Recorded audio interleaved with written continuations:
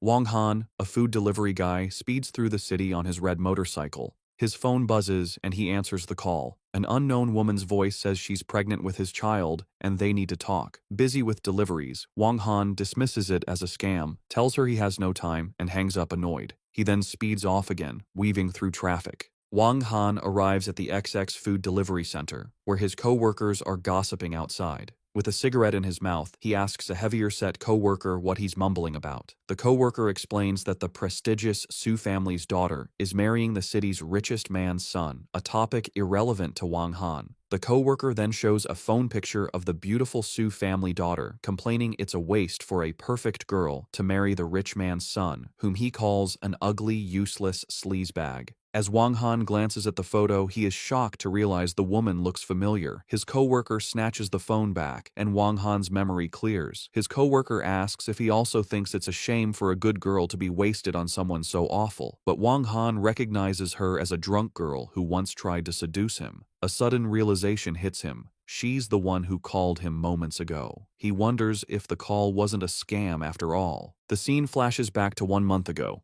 The Su family's daughter is stumbling down a hotel hallway, dizzy. She suspects a man named Chin Hao put something in her drink. She heads to what she thinks is her room, 809, but in her disoriented state, she mistakes the number. She finds a door slightly ajar and wonders if she forgot to close it before entering. Inside that room, Wang Han is sitting on his bed, dejected and drinking heavily. He thinks about being told his aura was too intense for an opportunity and resigns himself to his delivery job. As he sits on his bed, drunk and dejected, the young woman, Suchi, stumbles into his room and collapses onto his bed. Dazed and feverish, she looks up at him and asks who he is and if he can help her, complaining that her head is spinning and she feels incredibly hot. Drunk himself, Wang Han is captivated by her, thinking how stunning she is. As she gets closer and pleads for his help, he is flustered, wondering if he's dreaming. He clenches his fists, a spilled liquor bottle beside him, overwhelmed by the intense situation. Snapping back to the present, Wang Han is lost in this memory, staring at Suchi's photo on his coworker's phone. His coworker, Fatty, notices him spacing out and calls his name. Fatty starts mocking him, reminding everyone how Han always makes up stories, like sleeping with an international movie star. He sarcastically asks if Han will now claim he hooked up with the Su family heiress. The other co-workers join in, laughing and recalling his other tall tales, like being an international arms dealer or the top dog of an elite Beijing family.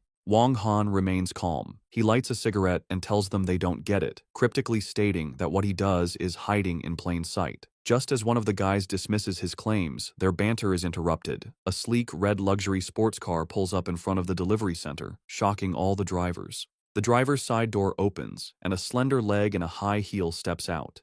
The woman who emerges is Suchi, looking poised and elegant. Wang Han's co-workers are mesmerized, their eyes turning to hearts as they gawk at her beauty, calling her a total knockout. As she walks towards them, one guy recognizes her from the photo. They realize with shock that the Su family heiress is standing before them and can't fathom why she would be at their humble delivery center. Suchi approaches Wang Han, who is casually stretching, and asks why he hasn't been answering her calls. His co-workers, who were just mocking him, are completely stunned. They can't believe that Wang Han actually knows the famous Su family heiress. Wang Han plays it cool, pretending he didn't see any missed calls and calmly asks her what is going on.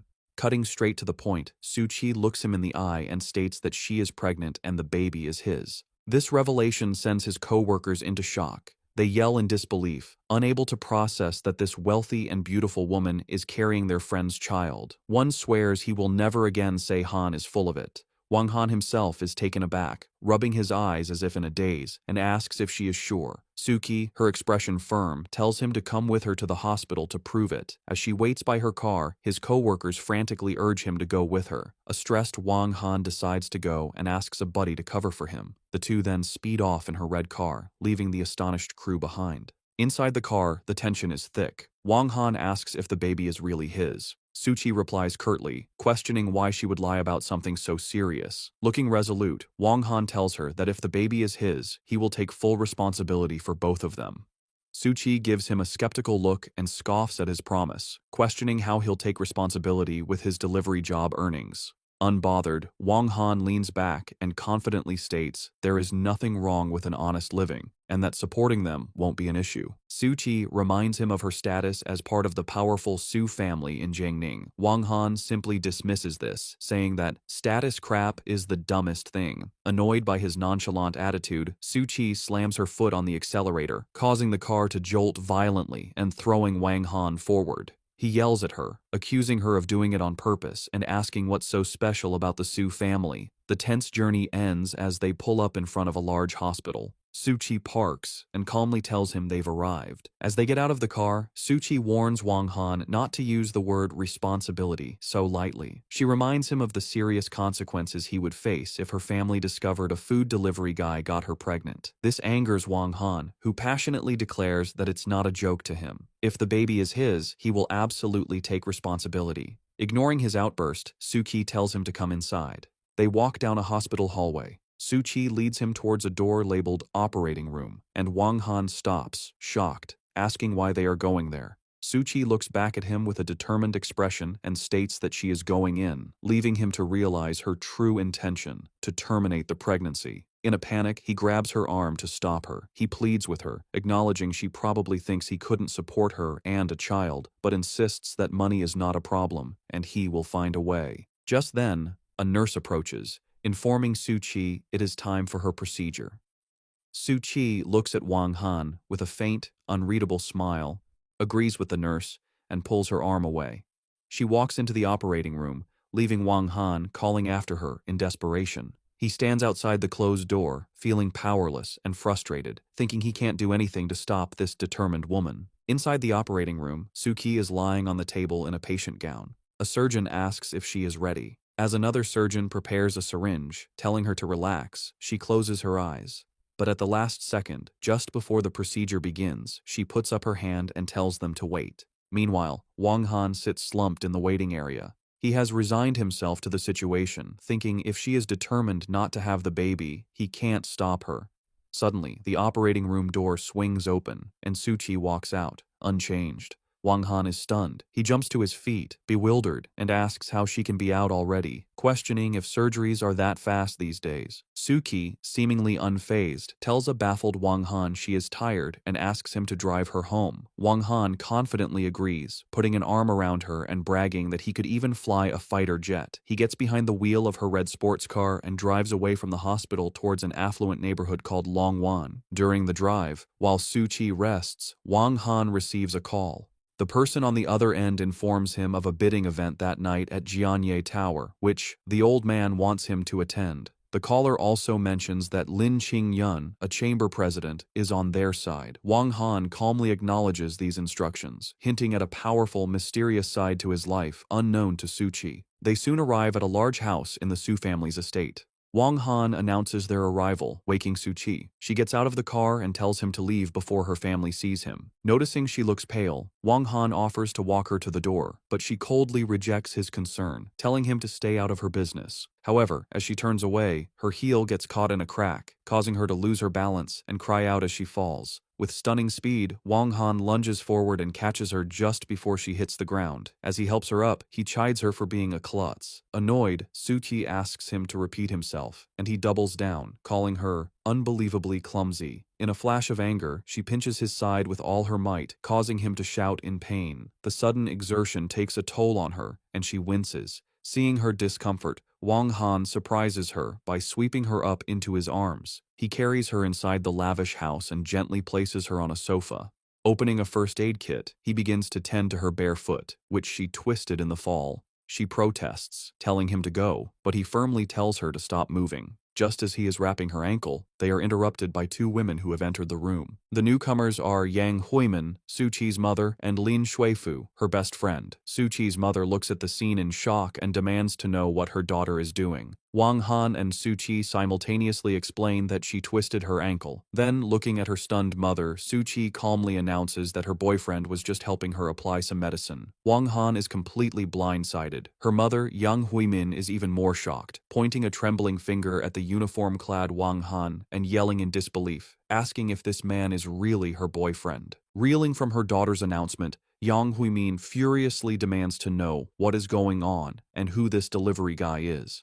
After a moment of silence, Su Qi backtracks, telling her mother with a forced smile that she was just joking. She explains that she twisted her ankle and the man simply helped her inside. Her flustered but relieved mother tells Su Qi she scared her, reminding her that she is about to marry into the prestigious Qin family and cannot afford any mistakes. Wang Han, who has been silent, is offended by the mother's clear disdain and asks what's wrong with being a delivery guy. Yang Huimin scoffs, yelling that he is a low-class nobody trying to date out of his league and that he should keep dreaming. Her insult strikes a nerve and a furious expression crosses Wang Han's face. Before the situation can escalate, Su Qi intervenes.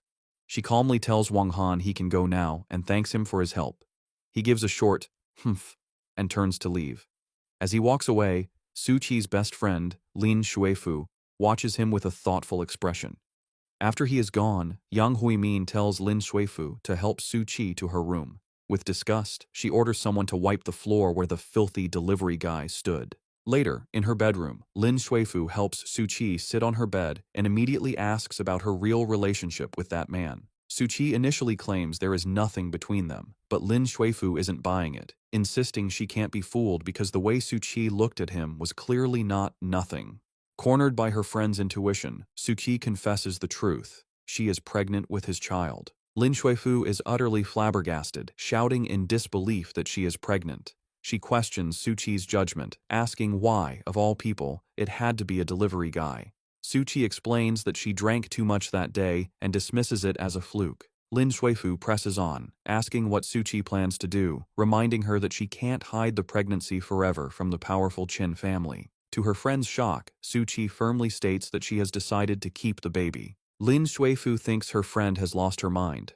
Su Qi tries to reassure her, explaining that she spoke with the man, Wang Han, and he promised to take full responsibility. But Lin Shuifu is not convinced. She yells at Su Qi to wake up, reminding her that she is the daughter of the Su family. She dismisses Wang Han as a delivery guy unworthy of her and warns of dire consequences if the Qin family finds out. Tired of the lecture, Su Qi holds up a hand to stop her, saying she will figure it out. She changes the subject, asking why Lin Shuifu is back in town. Lin Shuifu explains her grandfather came to Jiangning to meet an important big shot and check out a bidding event that night, so she came along. Su Qi's uninterested "oh" annoys her friend. Suddenly, Lin Shuifu's expression changes, and she announces she has a brilliant idea. Leaning in, she whispers a sinister plan to Su Qi. If her secret gets out, she should just claim the delivery guy raped her.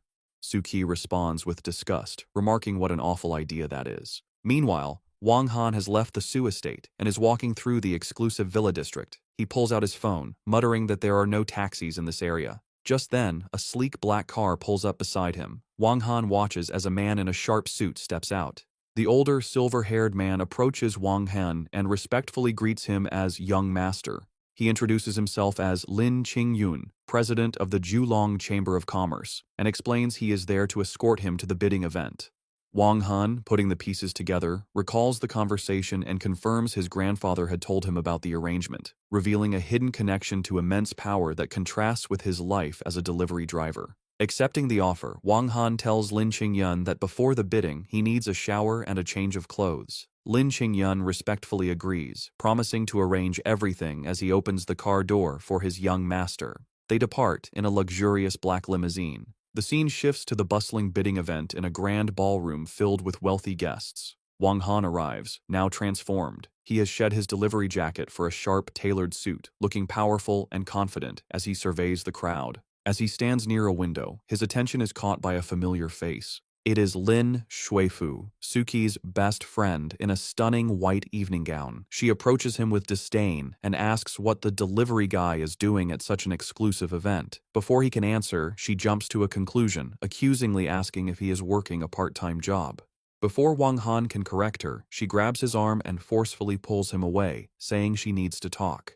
In a more secluded spot, she confronts him, declaring that Su Qi is her best friend and is pregnant because of him. She fiercely warns him that if he doesn't take full responsibility when the baby is born, she will make him regret it. Wang Han is completely shocked by this. He tells her he thought Su Qi had gotten rid of the baby at the hospital. Lin Shuifu furiously informs him he is wrong, and Su Qi decided to keep it. This new information stuns Wang Han, who exclaims her name in disbelief. He realizes she must not have gone through with the surgery. Lin Huifu, seeing his hesitation as a sign he might shirk his duty, repeats her threat, warning that if he tries to walk away, he will regret it. To emphasize her point, she forcefully grinds her stiletto heel onto his shoe, causing him to cry out in pain as she turns away with grim satisfaction. Just as Lin Huifu leaves, an announcer's voice cuts through the ballroom, informing guests the bidding is about to begin. Still processing that Suchi kept the baby, Wang Han is filled with a new urgency. He can't believe it and resolves to finish his business quickly so he can go find her. At that moment, a woman in a business suit approaches and respectfully greets him as young master. She introduces herself as Liu Yue, his new assistant, assigned by Chairman Lin Qingyun. Acknowledging her, Wang Han states that it's time to go. The two walk towards the main event area with a powerful presence. As they find their place, a stout, flamboyantly dressed man makes his way to the front. He smugly announces to the attendees that the day's main bid, the new district project, is being claimed by the Qin family. Twirling his mustache, he warns everyone to show them respect or face the consequences. This arrogant man is Qin Lei, the eldest young master of the Qin family. Wang Han asks his assistant who the man is. Liu Yue explains he is from the Qin family, one of the richest families in Jiangning and their biggest rival for the project. With a dismissive air, Wang Han questions if a guy like that could compete with him. Liu Yue elaborates that the Qins plan to win the project and then leverage their marriage alliance with the Su family to help them out of some trouble. The mention of the Su family makes it all click for Wang Han. He remembers his co-worker's rant about Miss Su being married off to a trashy rich guy. He realizes this arrogant man, Qin Lei, is the fiancé Suchi is supposed to marry. With a grim look, he now sees the full picture connecting Suchi's engagement, her family's troubles, and this bidding war. The auctioneer presents the main item, Lot 053 in the new district. Without hesitation, Qin Lei raises his paddle and opens with a bid of 5 billion. The crowd erupts in shocked whispers, realizing the Qin family is dead set on winning. They murmur that with the upcoming Qinsu marriage, no one would dare challenge them. Just as the auction seems decided, Wang Han calmly raises his bidding paddle and counters with 6 billion. The room is stunned into silence, then breaks out into frantic chatter. Guests wonder who this audacious man is, assuming he must not be a local to dare go against the Qin family. They believe the project was a sure thing for the Qins, and they won't let this slide. Across the room, Qin Lei's smug expression vanishes, replaced by pure rage. He clenches his fist so tightly his knuckles turn white. He glares furiously at Wang Han and yells across the room, demanding to know who the hell he is and accusing him of looking for trouble. The confrontation has begun. Facing Qin Lei's outburst, Wang Han remains composed. He calmly points out that they are at an auction where the highest bidder wins and asks if there is a problem. Qin Lei, his face contorted with rage, retorts, asking if Wang Han didn't hear him say that the Qin family wanted this project. With supreme confidence, Wang Han replies that he heard perfectly fine, but questions what that has to do with him. The surrounding guests are shocked, murmuring about who this mysterious man is that he would dare to challenge the mighty Qin family. Not to be outdone, an enraged Qin Lei raises his paddle and shouts a bid of 700 million. Without missing a beat, Wang Han counters with 800 million. The bidding war continues, and the tension thickens. Qin Lei storms over to Wang Han with his entourage, getting in his face and screaming that in Jiangning City, the Qin family is the law. He makes a final desperate bid of 900 million, daring Wang Han to keep bidding if he has a death wish. Wang Han simply laughs, a picture of calm amusement, and casually announces a bid of 1 billion. Having been utterly and publicly humiliated, Qin Lei finally snaps. He screams that Wang Han is asking for it and threatens to chop him up as he throws a wild punch at Wang Han's face. But Wang Han is impossibly fast. He easily dodges the clumsy attack and, with a single motion, delivers a powerful punch to Qin Lei's face.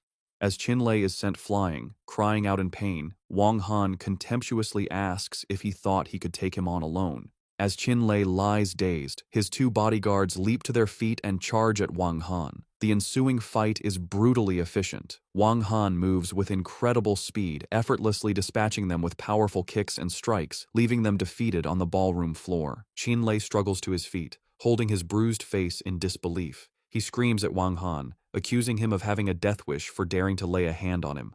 Wang Han, with a cold smirk, retorts that he is the one doing the hitting now. He launches another attack, sending one of Qinlei's men flying through the air with a powerful kick. The bodyguard crashes down with a loud thud directly on top of his boss, knocking them both out in an undignified heap. With the fight over in seconds, Wang Han stands calmly amidst the chaos. He turns to the stunned room and casually asks the terrified auctioneer if anyone else is going to bid. The auctioneer, stammering, quickly replies that there are no other bidders. Having won the auction, Wang Han's business is concluded. He turns to his assistant, Liu Yue, and instructs her to sign the documents and transfer the funds. Explaining that he has urgent business, he gives a final wave and confidently walks out of the ballroom, leaving everyone to process the shocking display of power they just witnessed. The story shifts to an opulent room where Lin Shuifu stands before her grandfather, who is the same Lin Qingyun who serves Wang Han. She asks why he called her there in a hurry, causing her to miss the auction. Her grandfather cautions her to be careful once their guest arrives, admitting he still hasn't figured out this person's temperament. Lin Shuifu scoffs, wondering what big shot could have her powerful grandfather acting so cautiously. Just then, an aide enters and informs the chairman that the auction has ended. Lin Qingyun asks if the Qin family won, but the aide reports that someone else was the victor. Lin Shuifu is stunned, exclaiming that it's impossible. She can't believe the project slipped through the Qin family's fingers and wonders who could be bold enough to snatch it away. Her grandfather calmly informs her that the person they are waiting for has arrived. Looking at her phone, likely at a news update, Lin Shuifu remarks that this person is way too arrogant. Deciding this news is too important to wait, she tells her grandfather she is stepping out to call her friend Nanan, Suki. As she walks down a hallway, she is absorbed in her thoughts and her phone call. She thinks about how the Qin family's failure jeopardizes their planned cooperation with the Su family. Determined to deliver this news to her best friend, she doesn't pay attention to where she is going. She walks straight into Wang Han, who is heading in the opposite direction. The collision is jarring, and she lets out a small cry as she bumps into his chest. Furious, she looks up and is shocked to see his face. She yells at him, demanding to know why it's him again and berating the stinking food delivery guy for not watching where he's going. However, her urgent call takes precedence. She quickly turns her back on the silent Wang Han and continues walking, speaking into her phone to tell Su Qi her important news. Wang Han simply watches her go with a quiet, unreadable expression. After Lin Shuifu leaves, Wang Han enters to meet with Lin Qingyun. The older man greets him respectfully. Wang Han confirms his business at the auction is done, and then casually asks about the woman he just ran into. Lin Qingyun introduces her as his granddaughter, Lin Shuifu, pointedly mentioning she is unmarried. He praises her, saying she greatly admires Wang Han and has always wanted to meet him. This attempt at matchmaking amuses Wang Han, who dismisses it with a weary, "Give me a break." Changing the subject, Wang Han sits and asks Lin Qingyun if he knows Su Qi. Lin Qingyun explains that she is the young lady of the Su family, the most outstanding talent of her generation, but has been kept out of the spotlight because the family favors sons over daughters. He confirms the Qin family intended a marriage alliance with the Su family after winning the project, but because Wang Han intervened, that plan is now delayed. Curious, Wang Han probes for more personal details, asking about Su Qi's daily life and romantic history. Lin Qingyun informs him that the Su family has a very strict upbringing and Su Qi has a stubborn personality. He states that she doesn't get involved with people easily and, as far as he knows, has never had a boyfriend. This new information brings a sly, knowing smile to Wang Han's face. Just then, his phone rings. The caller ID shows Su Qi's name, and he answers smoothly, telling her he was just thinking of her. On the other end, Su Qi asks if he has time and says she would like to see him. Wang Han immediately agrees and asks for her location. His urgent business now clear, Wang Han stands to leave. He tells Lin Qingyun he is leaving and that he can report back to the old man.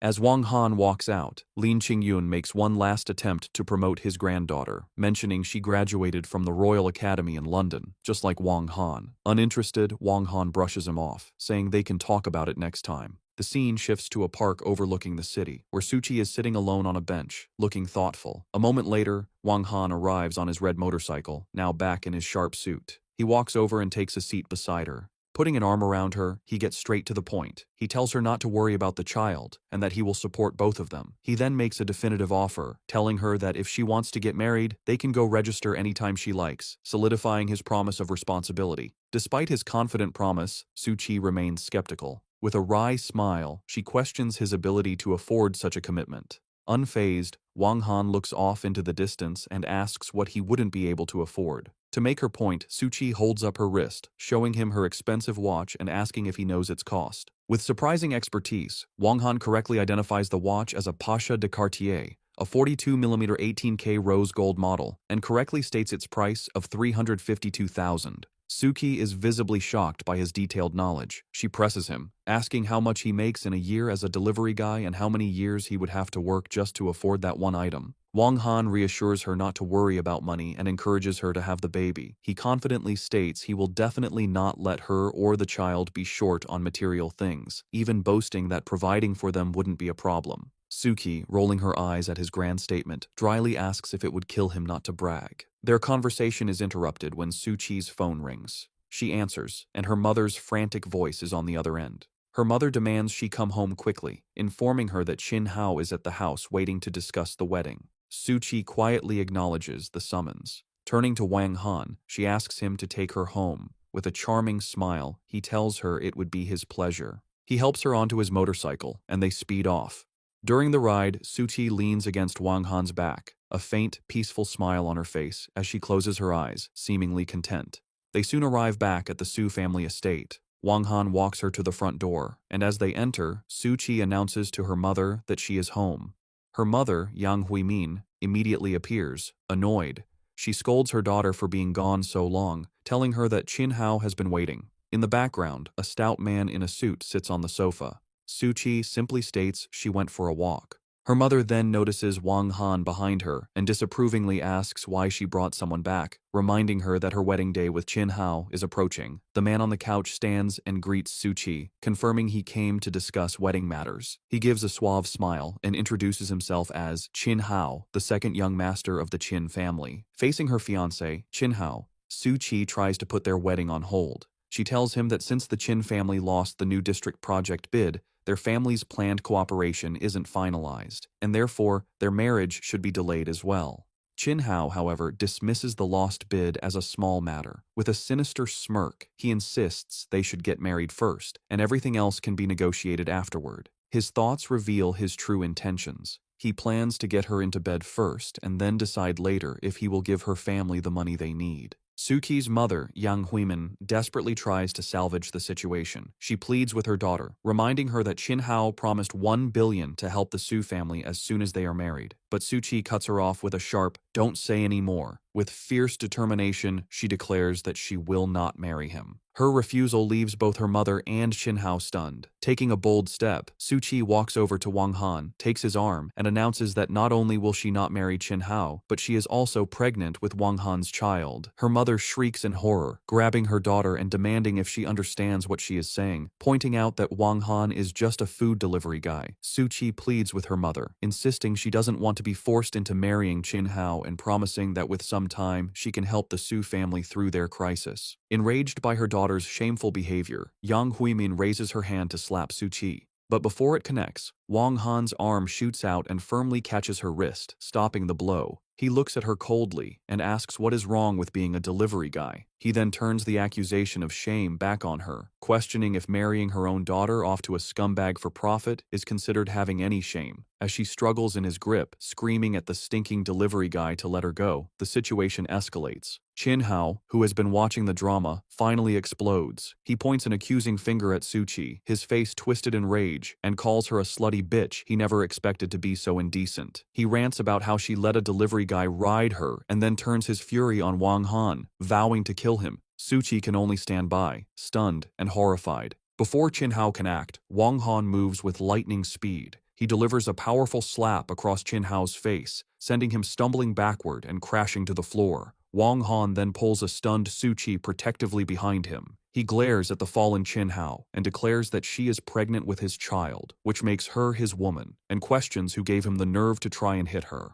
Scrambling on the floor, Chin Hao howls in disbelief that Wang Han dared to hit him. His fury boiling over, he grabs a heavy ashtray from a nearby table and charges at the couple, screaming that he is going to kill them. With a calm, reassuring smile, Wang Han tells Suchi to stand behind him, and she nervously agrees. As Qin Hao lunges forward, swinging the ashtray, Wang Han effortlessly dodges the attack. In one motion, he lands a devastating punch to Qin Hao's jaw, sending him flying backward, the ashtray slipping from his grasp. As Qin Hao lies dazed, Wang Han stands over him and declares that he dares to touch his woman. Not finished, Wang Han gets on top of the beaten man, grabs him by the collar, and says that today he is going to teach him a lesson. He rains down a series of brutal punches on Qin Hao's face, ignoring his victim's agonized screams and desperate cries for help. Just as he raises his fist for another blow, Suchi calls out for him to stop. At the same moment, a powerful voice echoes, demanding to know who dares to act so presumptuously. A group of imposing figures has entered, led by an elderly, dignified man with a long white beard and a cane. Suki looks at the man with shock and fear and addresses him as Grandpa. The arrival of the family patriarch freezes everyone. Suki's grandfather, flanked by other family members, surveys the scene. Qin Hao beaten on the floor, Suchi with a strange man, and her mother in shock.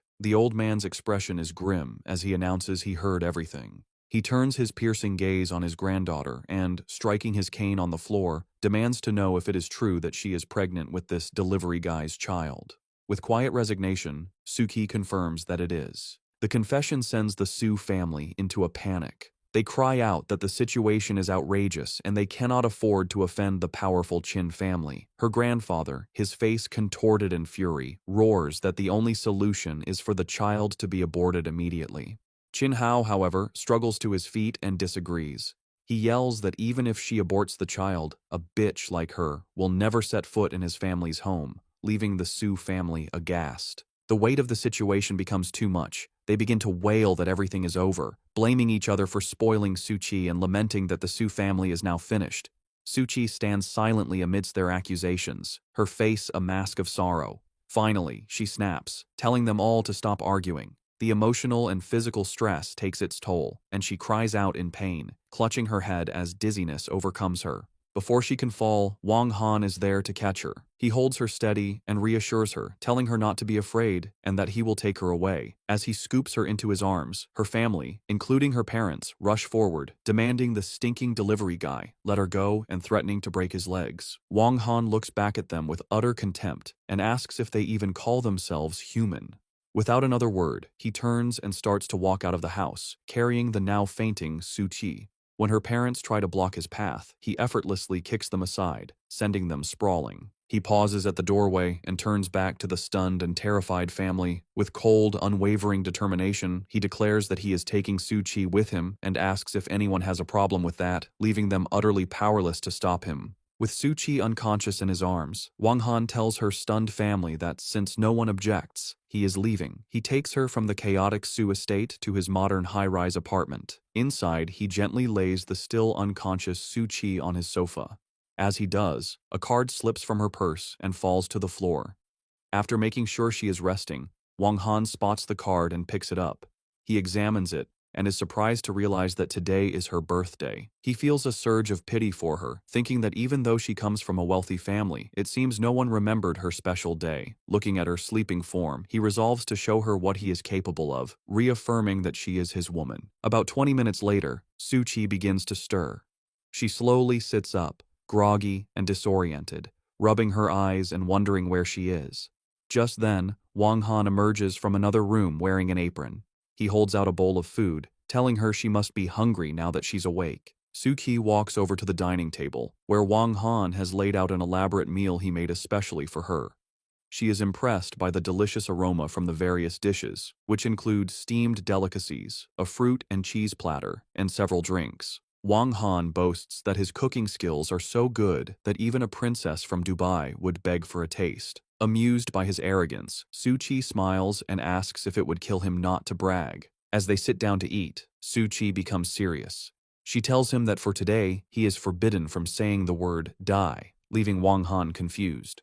Before he can ask, he reveals his surprise. He brings out a small pink cake with a single lit candle on it. With a confident smile, he presents it to the astonished Suchi and wishes her a happy birthday. Completely taken by surprise, Suchi covers her mouth in shock and asks how he could have known it was her birthday. Wang Han just smiles smugly, asking if she thinks he's pretty amazing. Overwhelmed with emotion, Suchi is speechless as a tear forms in her eye. Noticing this, Wang Han playfully teases her, asking if she is moved to tears and telling her it's okay to cry. He then boasts that he can lend her his shoulder, something even international supermodels can't get. His absurd arrogance breaks the tension, and Suki lets out a genuine laugh. He then encourages her to try the food. She takes a bite and admits it tastes good, to which he confidently replies that of course it does. After they eat for a while, Wang Han tells her to make a wish on her cake. Suchi closes her eyes, puts her hands together, and quietly agrees. Once the moment passes, Wang Han gets serious and asks her what her plans are. Suchi looks at him earnestly and reminds him of his promise to support them, asking if he's going back on his word. Wang Han assures her he is not, but poses a challenge. He asks if she really dares to marry a delivery guy like him. Fired up, Suchi stands and declares she dares, adding that if he fails to support them, she will simply remarry. Hearing this, Wang Han decides and tells her they will register their marriage the very next day.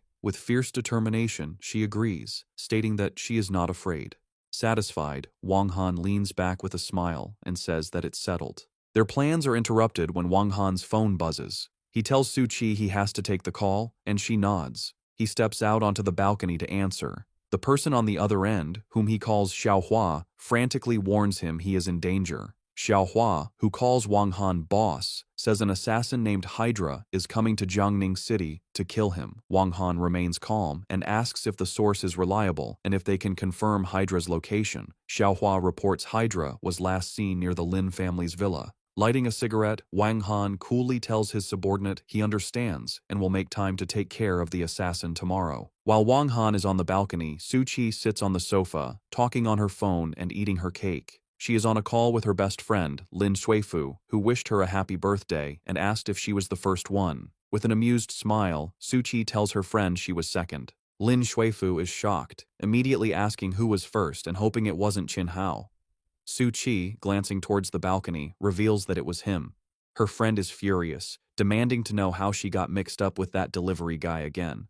As she takes another bite of cake, Suchi sighs and tells an astonished Lin Shuifu that it's a long story, but they have decided to register their marriage tomorrow. This news sends her friend into a panic, who asks if she has gone crazy for marrying a delivery guy and demands her location. Suki calmly replies that she is at his place. A worried Lin Shuifu tries to calm her down, promising to figure something out. She declares she will go and beg the mysterious big shot who won the auction, the one her grandfather knows, to help Suchi no matter what. However, the call suddenly cuts off, and Suchi is left wondering what happened. Meanwhile, on the balcony, Wang Han's tense conversation continues. His subordinate adds more worrying news, informing him that the eldest princess had asked about his whereabouts 2 days ago. Wang Han grows more serious, demanding to know if Xiaohua told her he was in Jiangning. His subordinate nervously explains he had no choice, as he knows the princess's temper and feared she would have castrated him if he hadn't complied. The news is so shocking that Wang Han is speechless and drops his lighter. He yells into the phone, furious that his trusted subordinate sold him out. Xiaohua tries to defuse the situation, suggesting the princess's family background makes her a great match for his boss, and he should just give in. Wang Han angrily cuts him off, demanding to know when she is arriving. Seeing his boss's fury, Xiaohua makes an excuse about a bad signal and abruptly hangs up, leaving Wang Han fuming. He is left alone on the balcony, crouching in frustration, thinking this is a very bad situation. Just then, his phone buzzes with a notification. Annoyed, he wonders who is bothering him now. He looks at his screen and sees a text from an unknown number. The sender introduces herself as Lin Shuifu, Lin Qingyun's granddaughter. In the message, she proposes a business partnership, suggesting that since he is new to the city, cooperating with the Su family on the new district project would be mutually beneficial. Desperate to help her friend, she makes a bold offer, promising that if he agrees, she will do anything he asks. Reading her brazen proposal, Wang Han smirks, thinking she certainly has some nerve. Almost immediately, his phone rings. It is Lin Qingyun, who has clearly learned of his granddaughter's text. He apologizes profusely for the trouble she has caused. Wang Han calmly tells him it's fine. Taking charge, Wang Han gives Lin Qingyun 2 clear instructions. First, he needs a sniper rifle and 2 bullets, which he will pick up tomorrow.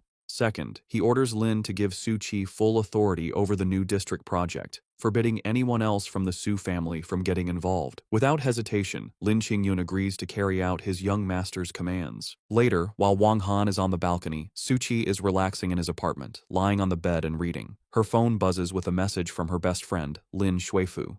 The text has exciting news. Lin Shuifu contacted the mysterious big shot who won the new district project. She tells Su-chi he has agreed to cooperate with the Su family, and more importantly, insisted that Su-chi be in charge. They are to meet the next day to discuss details. Overjoyed, Su-chi happily replies, confirming she will see her tomorrow. Just then, Wang Han walks back in and notices her happy expression, asking what has her in a good mood. Still seeing him as just a delivery guy, she dismisses it as a project matter he wouldn't understand. She then seems surprised he found her reading, and he teases that he didn't expect her to have a habit of reading books. He leans close, their faces inches apart, and whispers that there's a lot she doesn't expect about him. Flustered by his proximity, Suki blushes and stammers, asking what he is doing and reminding him that agreeing to marry him doesn't mean. But instead of making a move, Wang Han gently takes a pillow from the bed. He tells her that if she's tired, she should rest, and that he will sleep on the sofa. As he leaves, he nonchalantly adds that reading in bed isn't good for pregnant women, leaving a blushing and speechless Su-chi behind.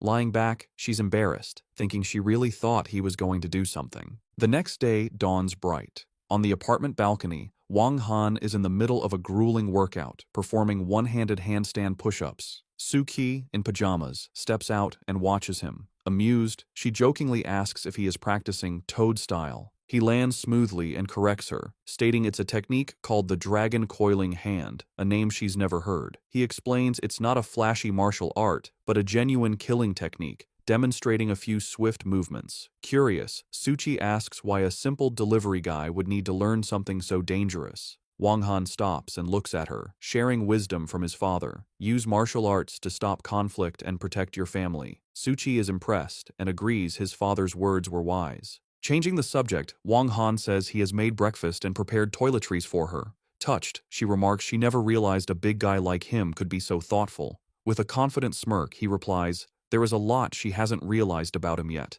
He then tells her that after they eat, she needs to come with him to her place. She is confused, asking why. He explains they need her household registration book, otherwise they can't register their marriage. He then playfully teases her, asking if she is really sure about marrying a delivery guy like him. Provoked, Suki gets angry, thinking he is backing out. She yells that she isn't scared and tells him to hurry up so they can register their marriage immediately. As they walk to his motorcycle, Suki brings up a practical matter, asking if they should meet his parents first. Wang Han dismisses it, saying there's no need and they can talk about it after the baby is born. Confused, Suchi asks why they should wait. With a sly smile, Wang Han explains he is afraid his family won't approve of her. He figures that once the baby is born, his family will be forced to accept the situation. Hearing this, Suchi, hands on her hips, sarcastically asks if he is implying he is marrying into her family. He playfully looks her over and compliments her looks, figure, and temperament, but then adds that her family background is a bit lacking. Offended, she asks if he thinks he is more than good enough for her.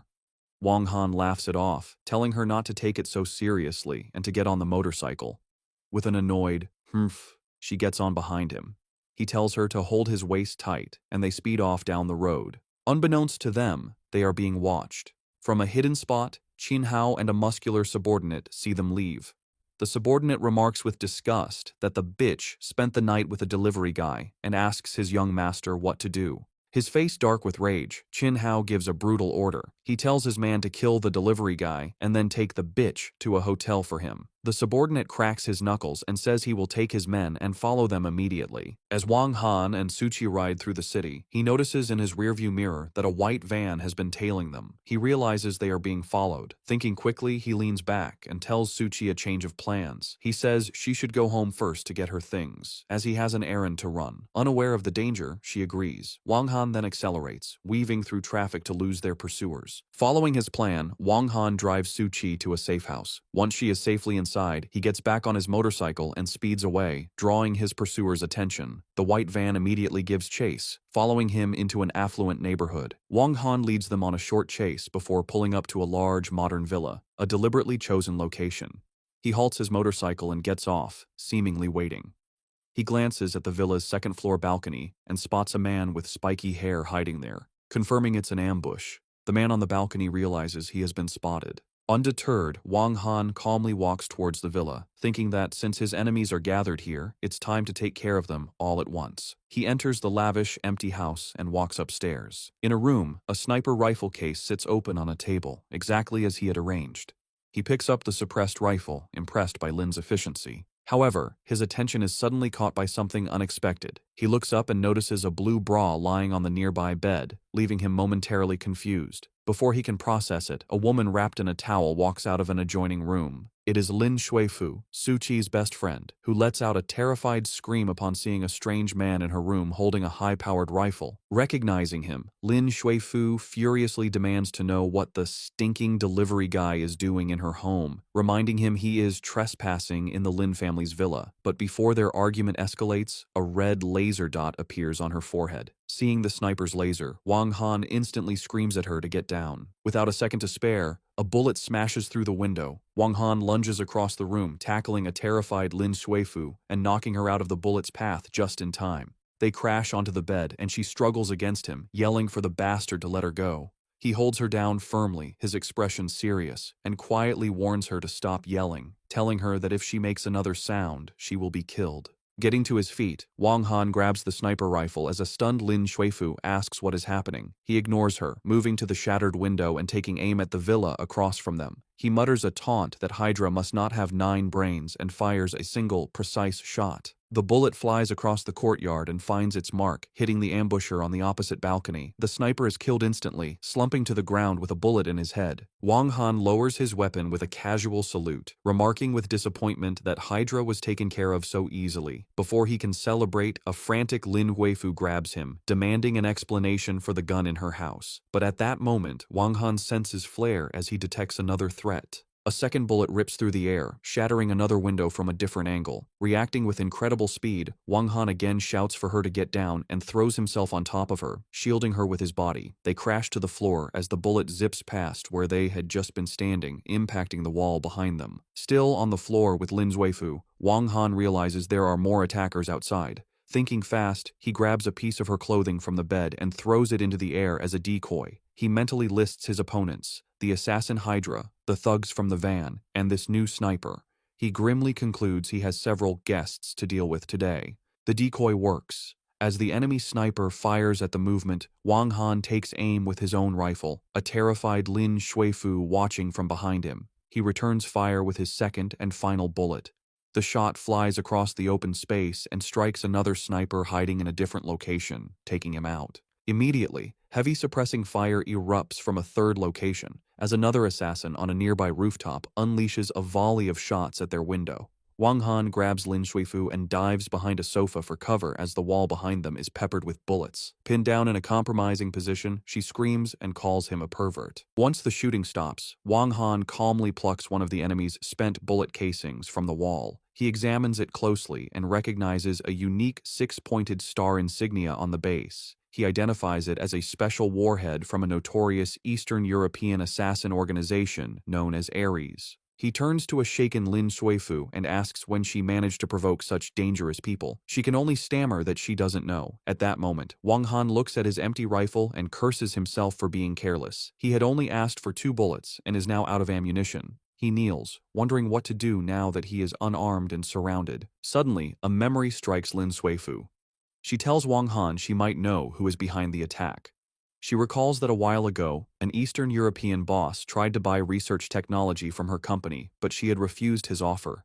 This revelation provides a clear motive for the professional assassins now trying to kill her. As the hail of bullets continues, Wang Han's eyes narrow. He quickly pushes Lin Shuifu's head down, shouting for her to watch out as another bullet zings past them. Pinned down behind the sofa, they sit amidst the debris, waiting for a break in the gunfire. With no ammunition left, Wang Han needs another plan. His eyes fall on the shards of broken glass on the floor. Deciding on a desperate move, he picks up a sharp piece of glass. Seizing a momentary lull in the shooting, he leaps to his feet and, with incredible speed, flings the glass shard like a throwing knife towards the final sniper's position. The makeshift projectile finds its target, and the assassin cries out in pain. With the last sniper taken down, the immediate threat is over. Wang Han stands up and tells Lin Shuifu she can get up now because it is safe. Finally getting to her feet, she looks at him with suspicion and confronts him directly. She states his job as a delivery guy must be a cover and demands to know who he really is. Wang Han coldly dismisses her question, telling her she doesn't need to know his identity. Furious at his secrecy, she threatens to tell Suchi everything, but he quickly holds a finger to his lips to silence her. His expression turns serious as he warns her to be quiet, explaining that he hears a noise outside. A look of terror crosses Lin Zuifu's face as she asks if there are still more enemies. Panicked, she grabs onto him and asks what they are going to do. He calmly tells her not to worry and that he will go take a look. Meanwhile, downstairs, Qin Hao's 3 thugs have entered the villa, armed with large machetes. One of them recognizes Wang Han and wonders what a delivery guy is doing in a place like this. The leader scoffs, assuming that he must be a common thief. Just then, Wang Han appears at the top of the stairs. He looks down at the armed intruders and, with a casual wave, greets them. With a confident smirk, Wang Han calmly asks the 3 armed men if they are looking for him. The muscular leader points his blade at Wang Han, saying they are Brother Hao's men sent by Qin Hao. He accuses Wang Han of sleeping with their boss's woman, Su Qi, while another thug impatiently says to stop talking and just break his legs. Completely unfazed, Wang Han simply asks what they plan to do about it. Enraged by his arrogance, the thugs charge forward, screaming insults. The fight is brutally short. Wang Han moves with incredible speed, intercepting the first attacker with a powerful kick to the face that snaps his head back. In seconds, 2 of the thugs are unconscious, leaving only their stunned leader. The muscular thug stares in disbelief, wondering since when the standards for delivery guys had gotten so high and realizing his opponent is a trained martial artist. Refusing to accept defeat by a mere delivery guy, he lets out a furious yell and charges at Wang Han with his machete. Wang Han effortlessly leaps over the wild swing and, in a single motion, delivers a devastating kick to the man's arm. The blow sends the machete flying and knocks the thug to the ground. With all 3 attackers defeated, Wang Han stands amidst the scattered bodies. Lin Shuifu, who watched the fight from the top of the stairs, finally lets out a terrified scream. The sound alerts the downed leader, who, though beaten, is still conscious. Angered by her screaming, he struggles to his feet and sees an opportunity, lunging towards the defenseless Lin Shuifu. Before she can react, he grabs her and holds his blade to her throat, taking her hostage. He glares at Wang Han, threatening to kill her if he takes another step. A terrified Lin Shuifu warns him that her grandfather will not spare him if he dares to harm her. However, Wang Han remains utterly calm. He looks at the thug and, with a chilling lack of emotion, simply tells him to go ahead and do it. Ignoring the blade at Lin Shuifu's throat, Wang Han walks slowly towards the panicked thug, taunting him and asking why he hasn't acted on his threat. As Wang Han continues his relentless advance, he coldly asks if the man is too scared. The thug, sweating and terrified, screams at him to stop. In a blur of motion, Wang Han closes the distance in an instant.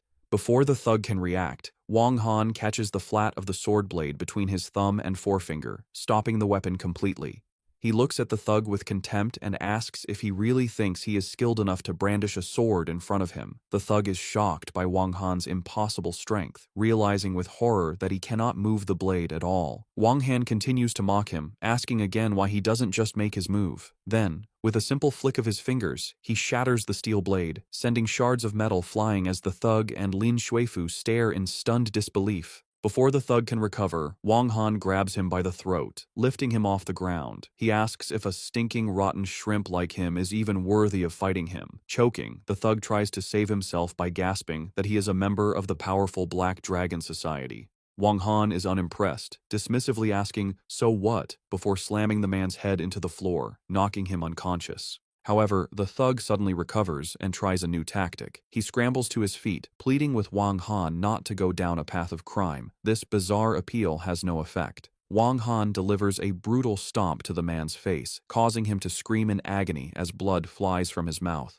Completely broken, the thug begs for mercy. He pleads for Wang Han to stop, making up a story about having an 80-year-old mother. In a final, desperate bid, he tells Wang Han he has important information to report. Standing over him, Wang Han gives the beaten thug 3 seconds for his last words. The man quickly reveals his crucial information. Brother Hao, Qin Hao, has already gone to find Su Qi, and if Wang Han doesn't hurry, he will be too late. This news shocks Wang Han. Furious that the thug didn't tell him this vital information sooner, he delivers one last vicious kick. knocking him out cold.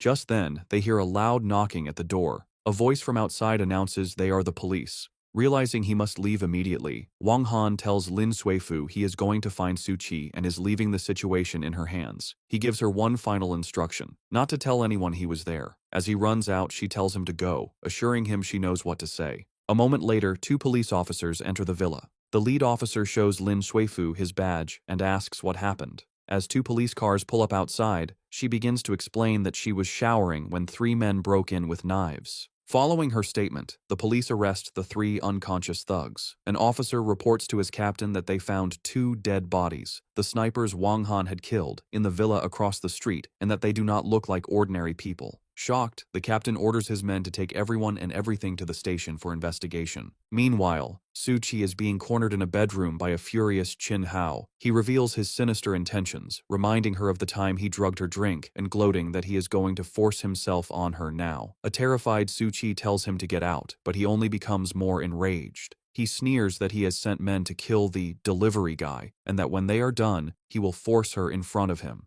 With a final lunge, he vows that he is going to play her to death. Qin Hao is pinning a struggling Su Qi to a bed. She tells him to let go, but he taunts her, saying she can scream all she wants because no one will save her. He adds with a sinister grin that the delivery guy is busy with his own problems, and that today he is going to force himself on her. Just as he leans in, a powerful slap cracks across his face, sending a tooth flying. Qin Hao is sent tumbling across the room, landing in a heap. In the doorway stands Wang Han, who looks down at the fallen man and coldly states that he must be tired of living to dare touch his woman. Struggling to his knees and holding his bruised face, Qin Hao furiously asks the delivery guy if he knows who his father is. Unimpressed, Wang Han tells him that no matter who his father is, he will pay for having a son like him. Enraged, Qin Hao gets to his feet, shouting that his father is Qin Gang, the richest man in Jiangning City, and that going against him is a death sentence. He then lunges forward to attack.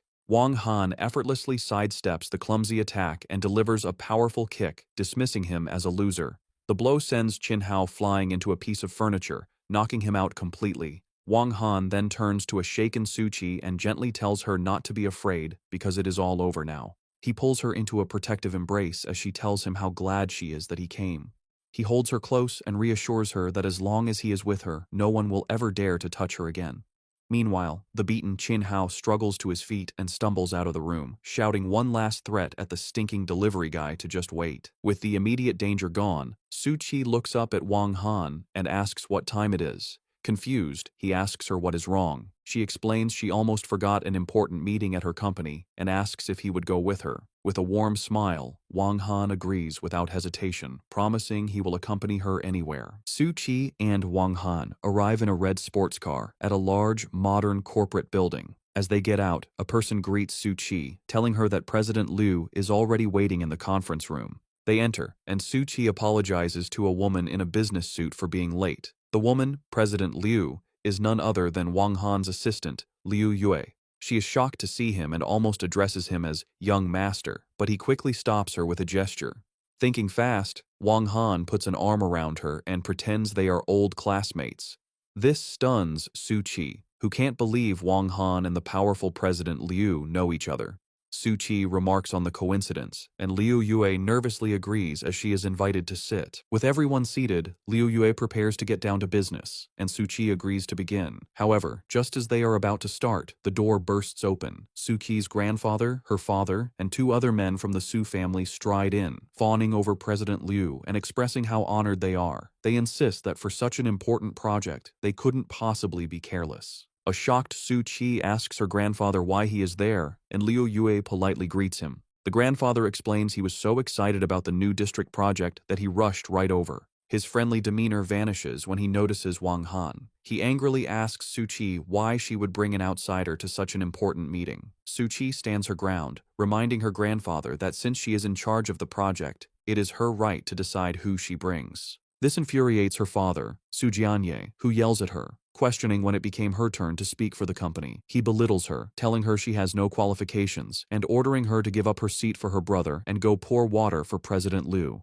At that moment, a smirking young man steps forward and introduces himself as Su Lei. He tells President Liu to discuss the project with him, dismissing Su-chi by saying she has no say. Su-chi tries to protest to her grandfather that the project was given to her, but her father cuts her off again, yelling at her to pour the water. Finally, another man, Su-chi's uncle Su Jianzhang, delivers the final blow. He smugly tells Su-chi that from now on, all company matters should be handed over to Su-lei, reminding her that she will be getting married soon and should understand her place. As the Su family tries to push Su-chi aside, Wang Han finally speaks up. With his arms crossed and an intense look, he asks them what they think they are doing, reminding them the project was originally given to Su-chi. This infuriates Su-chi's grandfather, who yells at Wang Han to shut up and questions what right he has to speak. Su-le joins in with a smug look, mocking Su-chi for having a delivery guy as a boyfriend. He then tells his grandfather he heard she is also pregnant with this man's child. The revelation sends the grandfather into a rage. He points at Wang Han and orders Su-chi to get this low-class trash out immediately, declaring he and his dog are banned from the company. Su-chi leaps to Wang Han's defense, arguing it doesn't matter what he does because he earns his money honestly, and her grandfather has no right to insult him. Her defiance only enrages the old man further. Seeing the situation is hopeless, Wang Han stands to leave with Su-chi. He tells her family they are shameless and repeats his condition. The project can only be handled by Su-chi. The grandfather confronts him, demanding to know what right a mere delivery guy has to make demands. Instead of answering,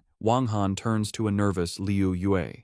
He smoothly addresses her as his old classmate and asks her to do him a favor. He states that Su-chi is his fiancée and the project must be given to her alone. Under his commanding gaze, Liu Yue reluctantly agrees. Su-lei is shocked and tries to argue, telling President Liu that Su-chi is irresponsible and knows nothing about the company, insisting he would be a better choice. But Liu Yue, following Wang Han's orders, ignores him and addresses the grandfather directly. She states her company will only work with Su-chi. If the Su family cannot agree, they will find another partner. The grandfather is stunned and asks to speak with her boss. Liu Yue delivers a final, crushing blow. She informs him she has full authority and that he, the patriarch, is not qualified to meet her boss. The harsh words leave the old man sweating and completely speechless, utterly defeated and humiliated in front of his family. Completely defeated, Suki's father, Su Jianye, quickly changes his tune. He tells President Liu not to be angry and assures her they will meet her demands, agreeing to put Su-chi in charge. His father-in-law agrees, saying that as long as they get the partnership, it's fine if Su-chi is the one to do it. Satisfied, Liu Yue states that they will sign the contract today. Now in control, Liu Yue stands beside Su-chi and dismisses the rest of the Su family. She informs them she and Su-chi need to discuss the contract details privately and that they can leave.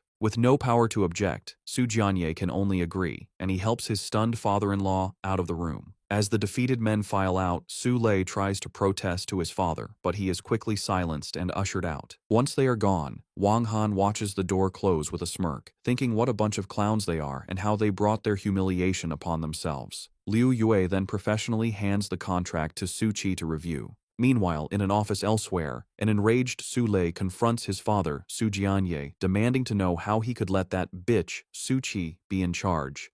Su Jianzhang, sitting calmly at his desk, tells him not to worry, assuring him he has a plan. When Su-lei tries to ask their uncle, Su Jianzhang, to leave, his father stops him, stating they are all on the same side. He then reveals a shocking family secret. Su-chi is not his biological daughter. Both Su-lei and Su Jianzhang are stunned. Su Jianzhang asks if his sister-in-law cheated on him, but Su Jianye clarifies the truth. He explains that his wife, Yang Huimin, was unable to have children, so they adopted Su-chi.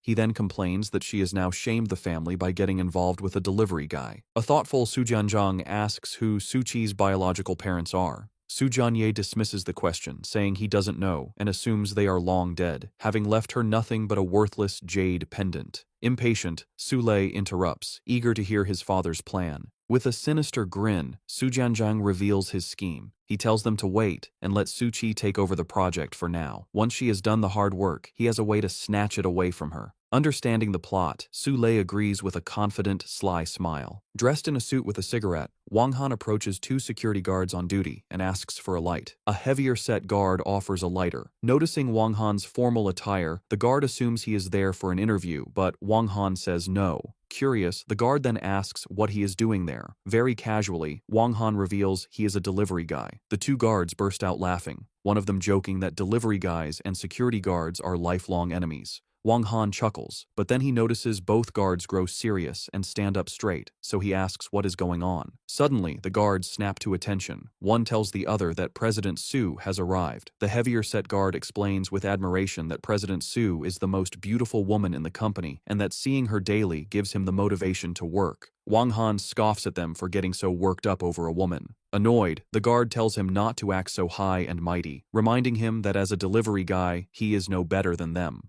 At that moment, an elegant Su-Ki appears. The two guards greet her energetically and respectfully as President Su. She acknowledges their hard work and says she is going to get her car. As Su-Ki walks toward her red sports car, the heavier guard is ecstatic, boasting to his colleague that President Su spoke to him. Wang Han, watching this, asks if such a big reaction is necessary. The guard approaches Wang Han and puts an arm on his shoulder patronizingly. He offers some advice, telling him that even as a delivery guy, it's still important to have dreams. Just then, Su-Chi pulls up beside them in her flashy red sports car.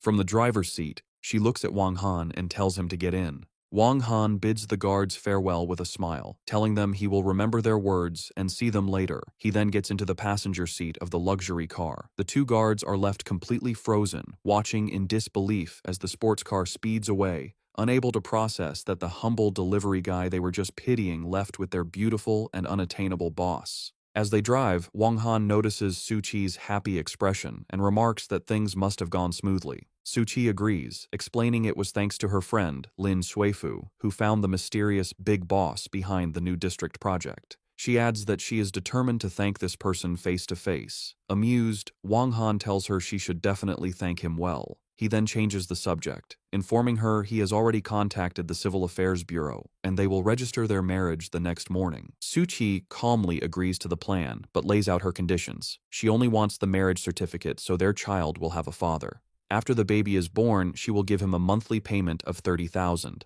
A surprised Wang Han asks if she is trying to keep him as a paid companion. Su-Chi tells him he can think whatever he wants.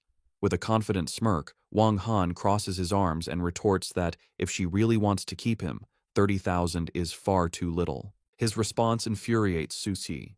She tells him not to push his luck, questioning how much a delivery guy could possibly earn in a month and implying 30,000 is more than enough. In her frustration, she slams her foot on the accelerator, and the red sports car speeds down the city street.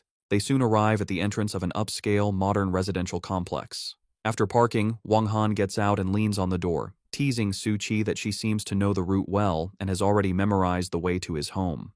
Annoyed, she replies that with GPS, she can go anywhere. As they walk through the complex, Wang Han's phone begins to ring. He tells Su-Chi to wait a moment, as he needs to take the call. Wang Han answers, casually asking the old man on the other end what's going on. The person informs him a shipment has been seized by the Black Dragon Society, and he needs to handle it. The caller also mentions a card has been left at his doorstep to help with the problem. Wang Han confidently agrees, promising to take care of everything by noon the next day. The caller then abruptly changes the subject, asking if he heard correctly that Wang Han is getting married. This question startles and angers Wang Han, who demands to know who leaked the information. The old man reveals that Lin Qingyun told him and accuses Wang Han of trying to get married without permission. He continues his tirade, questioning why Wang Han would pass over countless wealthy heiresses for a girl from the minor Su family. Wang Han tries to de-escalate and explain. However, the old man cuts him off, saying there is no need for explanations. Instead, he informs a horrified Wang Han that his big sister will be coming to question him personally the next day, and he should prepare himself. Wang Han is thrown into a panic, begging the old man not to be so cruel and asking if he could even survive her visit, but the call abruptly ends. Furious and stressed, Wang Han hangs up, muttering a threat that he will get back at the old man. Noticing his agitated state, Su-Chi approaches and asks what happened. Quickly hiding his turmoil, Wang Han reassures her it's nothing. He puts a reassuring arm on her shoulder and tells her it's time to go home. They walk back to his apartment, entering the modern living room. Once inside, Su-Chi spots a white card on the coffee table and asks what it is. Wang Han casually explains it is just a gift card meant for someone else. Changing the subject, he takes off his jacket and suggests she must be hungry, offering to cook. Su-Chi quietly agrees. As he heads to the kitchen, Su-Chi sits on the sofa holding his jacket.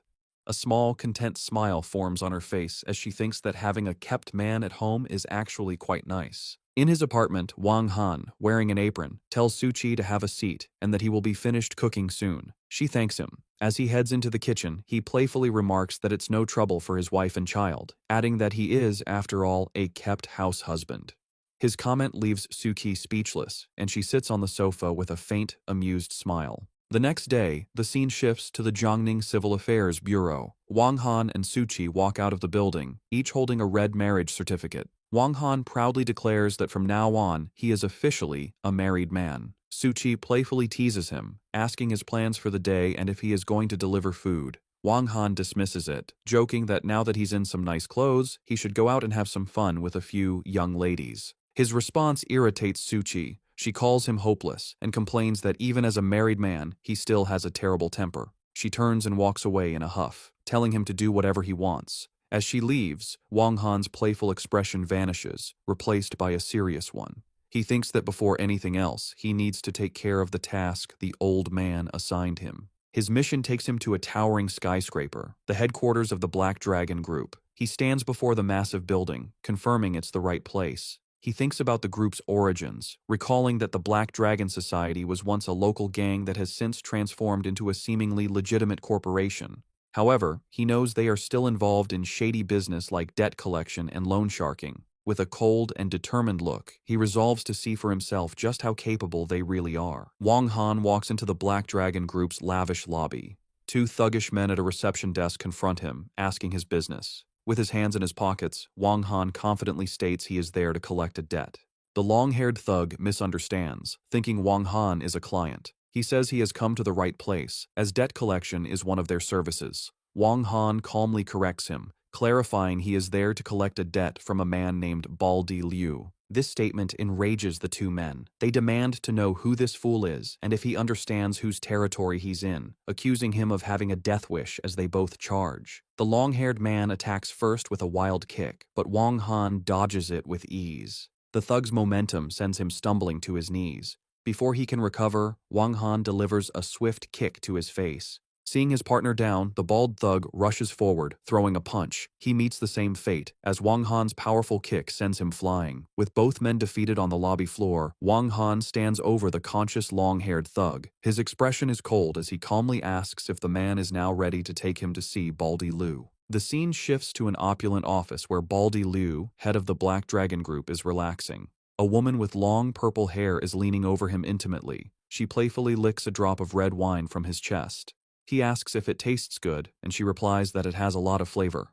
With a smug grin, Baldi Liu tells her that if she likes it, she can drink more, promising to feed her until she is full later. She playfully calls him naughty. Their moment is shattered when the office door bursts open. A tattooed man named Wen Long rushes in, panicked, and screams that someone has broken in. Enraged by the interruption, Baldi Liu yells at Wen Long for not knocking, asking if he couldn't see he was busy. He furiously declares this is his territory and questions who would dare to barge in. Wen Long stammers, trying to explain, but before he can finish, a body comes flying through the doorway. The man, one of the thugs from the lobby, crashes hard onto the floor in front of Baldi Liu's desk, leaving the boss and the woman stunned. His shock turns to rage. Baldi Liu leaps to his feet, pulling out a pistol. He points it at the door and screams, demanding to know what dog had the nerve to invade his turf. Following the thug, a black object flies through the doorway. It is a heavy, ornate card that embeds itself with a sharp thud into the desk in front of a stunned Baldi Liu.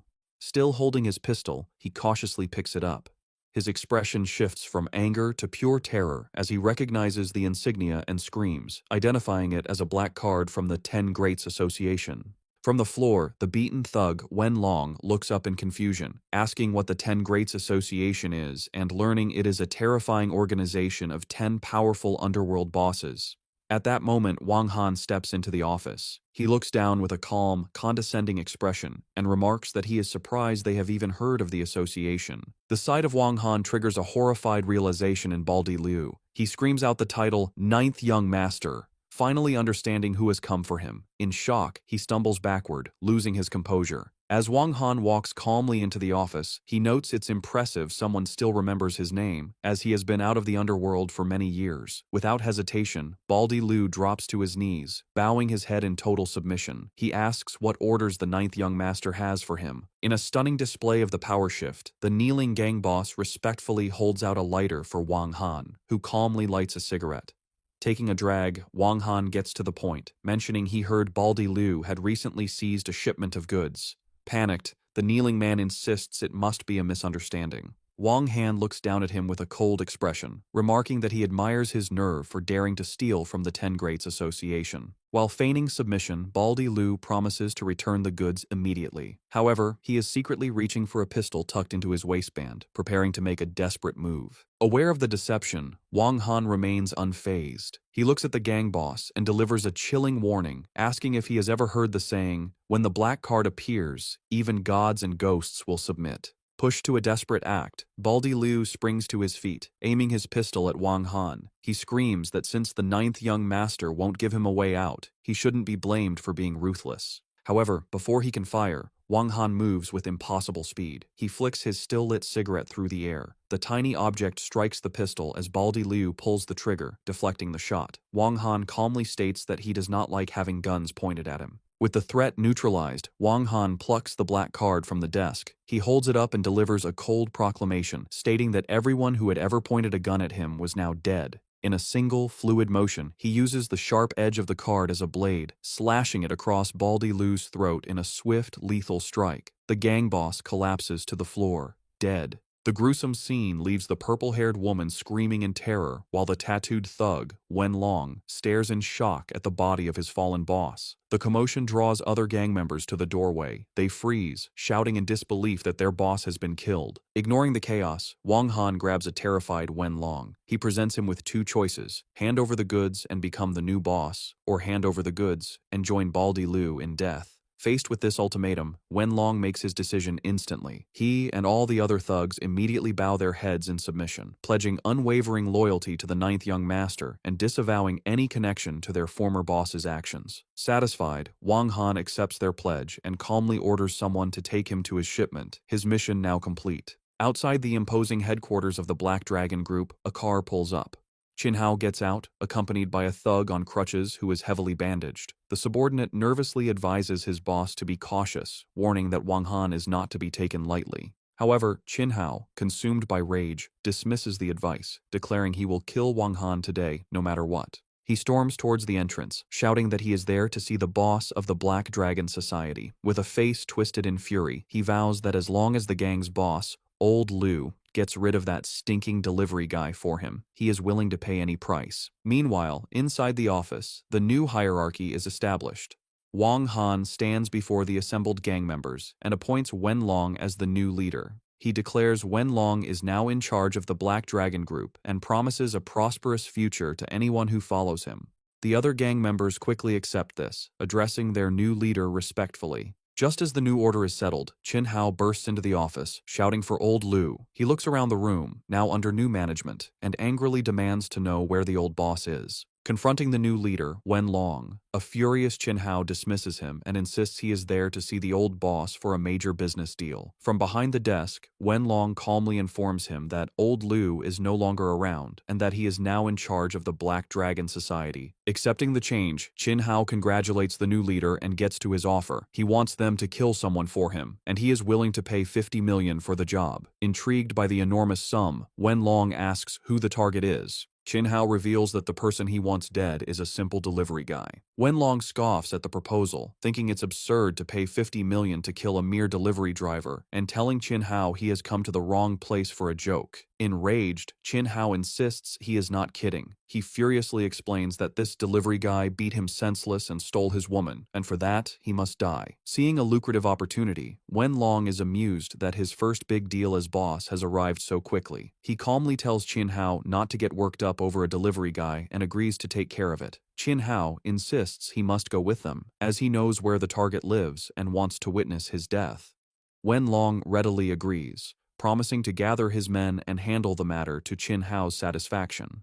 With a confident gesture, he rallies his men, announcing they are all going to help Chin Hao get his revenge. His subordinates respond with a loyal, "Yes, Brother Long." The scene shifts back to the XX food delivery center, where Wang Han has returned to his day job. Now in his uniform, he is greeted by co-workers, who mention he has been gone for several days and the boss has been looking for him. Wang Han calmly tells them he will see the boss after finishing a few deliveries. He lights a cigarette as his co-workers drive off, bidding him farewell. He sits on his red motorcycle, exuding cool confidence. However, as he is driving, a black van suddenly swerves and cuts him off. The van's side door slides open, and an enraged Chin Hao emerges, wielding a heavy metal pipe. He glares at Wang Han, gloating that he bet he never expected to be found so quickly.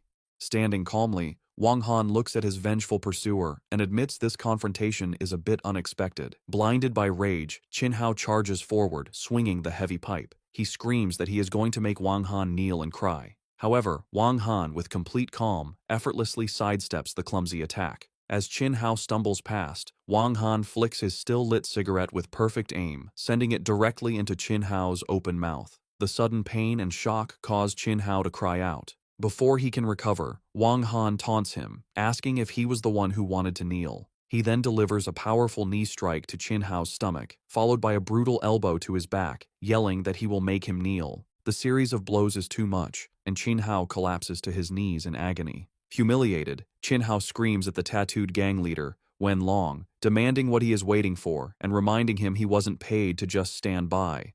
On cue, Wen Long and his subordinates emerge from the van. Lighting a cigar with a smug expression, Wen Long remarks that he is curious to see if all delivery guys are as tough as this one. From the ground, Chin Hao adds a cruel order, telling them not to kill Wang Han quickly. He wants him tortured slowly, to suffer a fate worse than death. Wen Long approaches Wang Han and puts a familiar hand on his shoulder, condescendingly calling him friend. However, the moment Wang Han turns his head, Wen Long's arrogant smirk vanishes, replaced by pure shock and terror as he finally recognizes who he is confronting. Reacting instantly, Wang Han furiously asks who he thinks he is calling friend. He grabs Wen Long by the head and brutally slams his face down onto his own lit cigar, burning him. Standing over the terrified and injured gang leader, Wang Han taunts him, asking if he has gotten arrogant after being the new boss for a few minutes. Clutching his burned face, Wen Long stammers in absolute fear, finally addressing Wang Han by his true title, Ninth Young Master.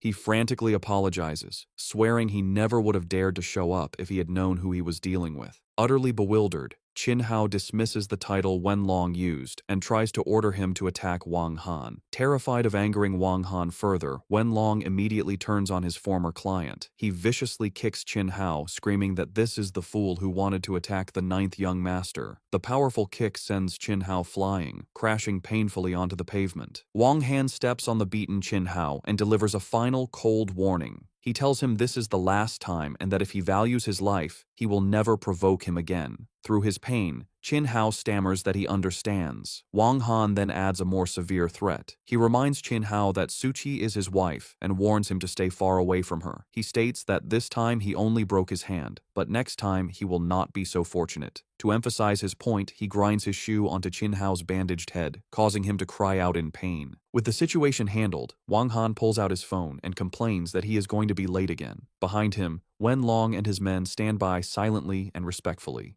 As Wang Han prepares to leave, a dazed Chin Hao struggles to his feet. Still not understanding, he yells at Wen Long, demanding why he couldn't even handle one delivery guy. Wen Long turns back to face his former client with a grim expression. He tells Chin Hao that the man he calls a delivery guy is someone he can never afford to offend, trying to make him understand the immense power he just challenged. Continuing with his deliveries, Wang Han arrives at an old, run-down apartment building. As he walks down the dim, grimy hallway carrying a food package, he comments to himself on how dilapidated the place is. He finds the correct apartment and knocks on the door. The door is answered by a disheveled man with messy blue hair and a menacing look.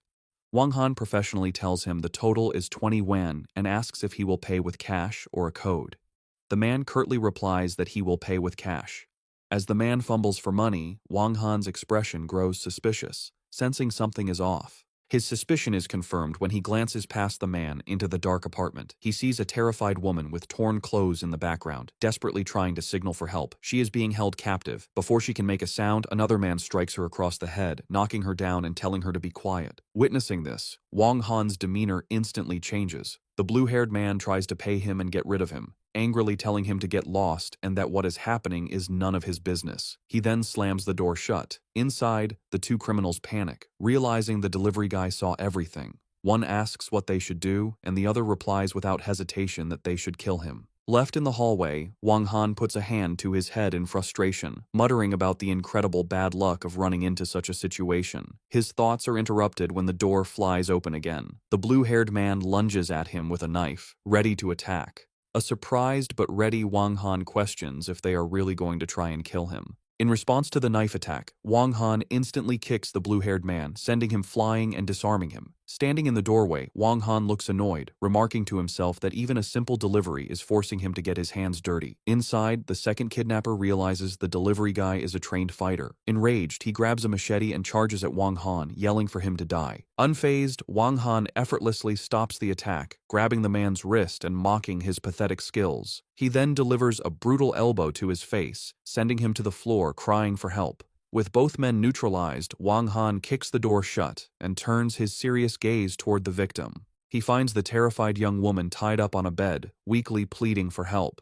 He approaches and begins to untie her, gently asking if she is able to walk. After she confirms she can, he kindly places his jacket over her shoulders. He tells her he has already called the police and offers to call her family to pick her up, to which she agrees. He then says he is going outside to tie up the two men to ensure they don't escape, leaving her with her phone. Wang Han stands over the two kidnappers, now tied up back to back on the floor. He tells the brats they got what they deserved for running into him. The rescued woman approaches, impressed that he handled both of them himself. She thanks him for saving her and introduces herself as Xia Wanjing. Wang Han humbly replies that it was no trouble and introduces himself. As Xia Wanjing holds her phone, presumably after calling her family, she looks at the screen with a surprised expression. It seems an incoming call has interrupted her, and she hands the phone back to Wang Han. He answers professionally, but a furious female voice on the other end scolds him, asking if he's become bold enough to get married without telling his family. A look of panic washes over Wang Han's face as he stammers, recognizing the caller as his big sister. The woman commands him to meet her in Jiangning that night and to bring his new fiancée. All he can do is nervously agree. After she abruptly hangs up, Wang Han looks exasperated and mutters about how that shrew always hangs up without warning. At that moment, the door bursts open and an older man, flanked by two police officers, shouts Xia Wanjing's name. Overjoyed, Xia Wanjing calls out to her father and runs towards him, while Wang Han stands calmly beside the subdued criminals. Her father pulls her into a tight, relieved hug, anxiously asking if she was hurt. Xia Wanjing reassures her worried father that she is unharmed and points to Wang Han, explaining that this man saved her. As two police officers apprehend the tied-up criminals, a lead officer orders them to be taken away. Wang Han stands by, adding that he was the one who knocked them out. Xia Wanjing's father approaches Wang Han, formally thanking him for saving his daughter and asking if he subdued the two thugs. Wang Han simply confirms that he did. The older man is impressed, thinking it's unexpected to find such a powerful hidden dragon working as a delivery man. He mentally assesses Wang Han's abilities, noting that based on his powerful aura, Wang Han must be at least a little grandmaster. He introduces himself as Jia Tianxiang and offers Wang Han his business card. He tells Wang Han that he is greatly in his debt and to call him if he ever needs help in Jiangning City. Wang Han accepts the card and, recognizing the name White Tiger Martial Arts Hall, politely promises to visit when he can. As Wang Han says he has other business and turns to leave, Xia Tianxiang tries to stop him, offering him a job at his martial arts hall for 50,000 a month, certain it pays better than delivering food. However, Wang Han politely declines. Watching him go, Xia Tianxiang remarks on the impressive talent in such a young man. Xia Wanjing calls out after Wang Han, realizing he forgot his jacket, but he is already leaving. Down on the street, Wang Han walks back to his motorcycle as police load the kidnappers into their car. Getting on his bike, he thinks about how much trouble a single delivery caused him. With that handled, he decides it is time to go find Suki. He starts his motorcycle and speeds off. The story shifts to the towering Su Group skyscraper. Inside an office, Suki is at her desk when a man in a blue suit enters. He tells her he heard from Shuifu that she was in trouble and immediately flew back from overseas to help. The man, Lin Jingpeng, tries to reassure her, but Su Qi coldly rejects his offer, informing him the company already has a solution and his help is not needed. Undeterred, Lin Jingpeng continues his unwanted advances, declaring he will always be by her side. He confesses he rejected many women abroad because she is the only one in his heart. Annoyed, Su Qi stands and demands that he stay away and call her by her proper name, Su Qi. He ignores her and grabs her arm, desperately asking her to be his woman and promising her everything. Having reached her limit, Su Qi slaps him hard across the face. She tells him to respect himself and then reveals the shocking truth. She is already married and pregnant. A stunned Lin Jingpeng holds his cheek, refusing to believe her and accusing her of lying. At that exact moment, the office door opens, and Wang Han walks in with 2 containers of food. He looks at the scene and remarks to himself that it seems he has quite a few love rivals. Seizing the opportunity, Su Qi walks over to the stunned Lin Jingpeng and scolds Wang Han for not knocking, pretending to treat him like a disobedient employee. Wang Han plays along, asking what's wrong. Su Qi then walks over to Wang Han and takes his arm. She explains to Lin Jingpeng that Wang Han brought her food because she can't go hungry while pregnant. Then, looking at the shocked man, she formally introduces Wang Han as her husband. As she says the word husband, a warm feeling spreads through her, and she leans against him with a gentle smile. Lin Jingpeng is devastated. He points a trembling finger at the couple and asks in disbelief if this man is really her husband. Stepping forward protectively, Wang Han tells him where the door is, stating that he and his wife want to enjoy their lunch alone. As Lin Jingpeng tries to protest, Wang Han simply repeats his instruction, and the couple turns their back on him. Defeated, Lin Jingpeng storms out, vowing he won't give up. As he leaves, Su Qi tells Wang Han to instruct the front desk not to let irrelevant people in again, or they will be fired. With the unwelcome guest gone, Wang Han places the food on the table.